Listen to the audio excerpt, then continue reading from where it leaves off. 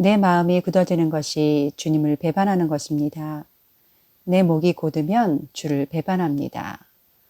그분을 향한 마음이 열리지 않으면 영적인 눈이 열리지 않습니다. 눈이 안 열려서 근심 걱정하고 눈이 안 열려서 다른 사람을 저주합니다. 주를 알아가면 알아갈수록 감정의 기복이 적어집니다. 주를 알면 근심, 걱정, 염려가 없어집니다. 지금 처한 상황이 나에게 맞는 최상의 상황을 만들어 주셨음을 깨닫게 됩니다. 눈이 열리면 순복이 되고 순복하는 자는 눈이 열립니다. 눈이 열리기 때문에 순복합니다. 더욱 중요한 것은 순복할 때마다 눈이 열립니다. 순복이 내 인생을 이끌어갑니다. 주께서 내가 순종할 수 있는 상황을 만드시는 까닭은 내게 복을 주시려 함입니다. 하나님은 나에게 가장 좋은 것을 주시는 분입니다. 마귀와 세상은 불순종입니다. 내 안에서 독사들을 빼내지 않고서는 메시지가 들리지 않습니다. 우리의 혼은 생명의 말씀을 듣지 않으면 상합니다. 하나님이 정해놓으신 영역을 넘어가면 상하게 됩니다. 그러나 하나님은 한계가 없으십니다.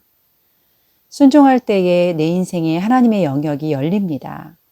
순종했다라는 것은 내가 그분의 영역 안에 있는 것을 뜻합니다. 그분 안에 있는 영역들을 내가 소유하게 됩니다. 하나님의 능력 안에 내가 들어가게 됩니다. 여러분 기억하십시오. 하나님의 음성을 듣는 것보다 말씀에 순종하는 것이 더 중요합니다. 사람들은 순종도 하지 않으면서 하나님의 음성만을 들으려고 합니다. 순복하는 자에게 전능하신 하나님이 역사하십니다. 하나님의 영역이 나에게 옵니다.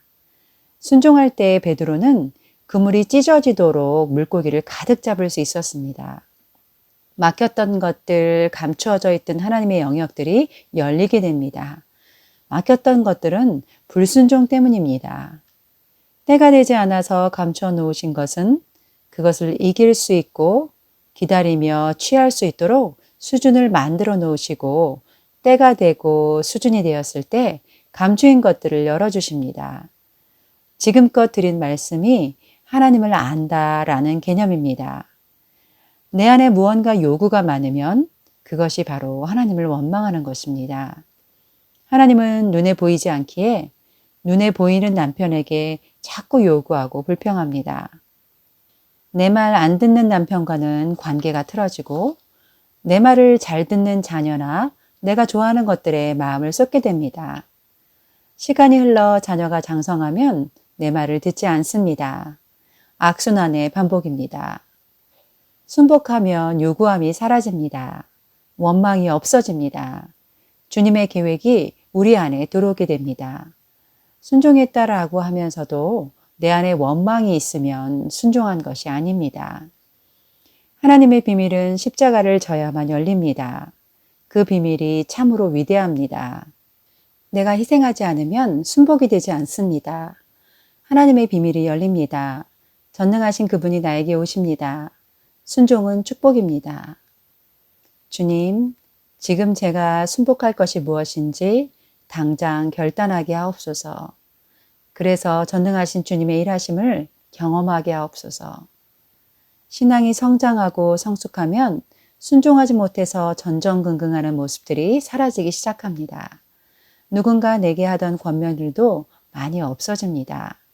이러신 분들은 자기 일상을 그냥 사시면 됩니다. 순종할 것이 쌓여 있어서 많이 해야 하는 부담감이 있습니다. 한꺼번에 순종하려니 모두 포기해버리고 싶어집니다. 이러한 수준에 계신 분들은 날씨가 좋아도 날씨가 나빠도 주일 성수하기가 참 힘듭니다. 순종 다음은 영광입니다.